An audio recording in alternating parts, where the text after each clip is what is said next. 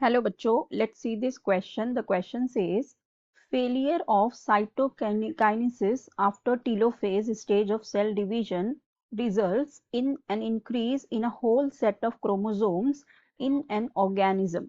The phenomenon is called option A polyploidy, B aneuploidy, C haploidy and D डायप्लॉइडी। सो यहाँ पे हमारे पास इस question में ये कहा गया है कि टेलोफेज स्टेज होता है जो सेल डिवीजन का, उसके अंदर जो फेलियर होता है ऑफ साइटोकिनेसिस, टेलोफेज स्टेज के बाद जो फेलियर हो जाता है साइटोकिनेसिस का, जिसकी वजह से होता क्या है, increase in a whole set of chromosome होता है ऑफ एन ऑर्गेनिज्म। सो इस फिनोमिनन को हम क्या कहते हैं, ठीक है।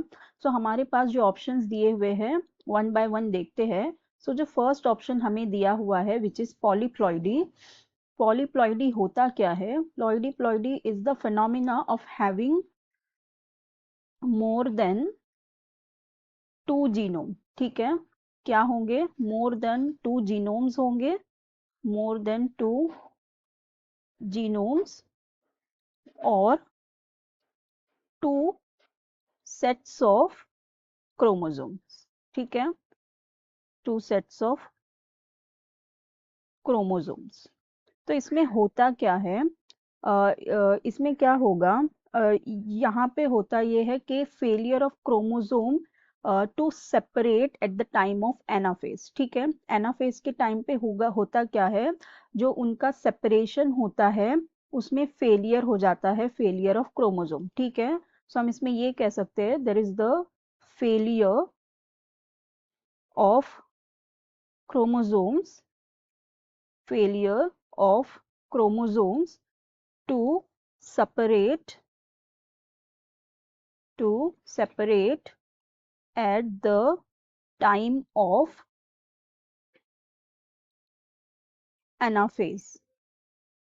एनाफेज के टाइम पे जो क्रोमोसोम का सेपरेशन होता है वो क्या हो जाता है, फेल हो जाता है। और ये होता क्यों है? This is either due to disjunction, disjunction की वजह से होता है, और due to non formation of spindle, non formation of spindle, non formation of spindle की वजह से होता है, या डिसजंक्शन ऑफ, और या तो डिसजंक्शन की वजह से होता है, ठीक है। तो इसकी वजह से होता क्या है, cytokinesis does not occur after telophase stage, so this happens to polyploidy. और यही हमारा करेक्ट ऑप्शन भी हो जाएगा, क्योंकि हमें यही पूछा है failure of cytokinesis after telophase stage. तो यहाँ पे क्या हो जाता है, एनाफेज के टाइम पे जो क्रोमोसोम का सेपरेशन है वो फेल हो जाता है ड्यू टू डिसजंक्शन और non formation of spindle.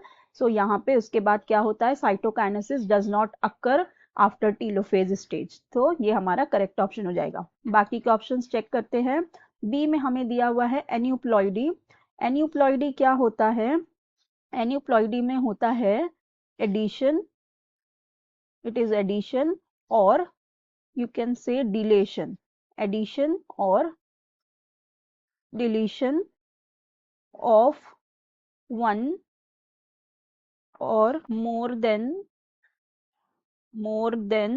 one chromosome, more than one chromosome. So this is the addition or deletion of one or more than one chromosome is called aneuploidy.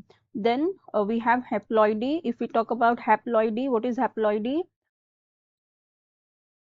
हैप्लॉइडी में होता ये है, there is इसे हम N से denote करते हैं, that is single set of chromosome. इसमें होता है सिंगल सेट ऑफ क्रोमोसोम, ठीक है। इसमें हो जाता है सिंगल सेट ऑफ क्रोमोसोम। और ये जो हमारा एन्यूप्लॉइडी होता है, इसमें क्या होता है, एडिशन या डिलीशन होता है वन और मोर देन वन क्रोमोसोम का। तो इसे हम कैसे डिनोट करते हैं, 2n+1 से या 2n-1 से, ठीक है। और हेप्लॉइडी होता है n which is a single set of chromosome. और जो डिप्लॉइडी होता है ये होता है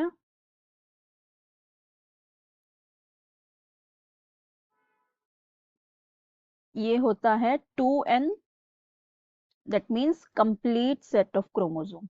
This is complete set of chromosome. Right, so हमें बताना था कि फेलियर ऑफ साइटोकिनोसिस जो होता है आफ्टर टेलोफेज स्टेज में सेल डिवीजन के, तो उसमें जो इंक्रीज होता है in whole set of chromosome in an organism, उस फेनोमेना को क्या कहते हैं? तो हमारा करेक्ट ऑप्शन हो जाएगा option A, polyploidy. So I hope you understood it well. Best of luck. Thank you.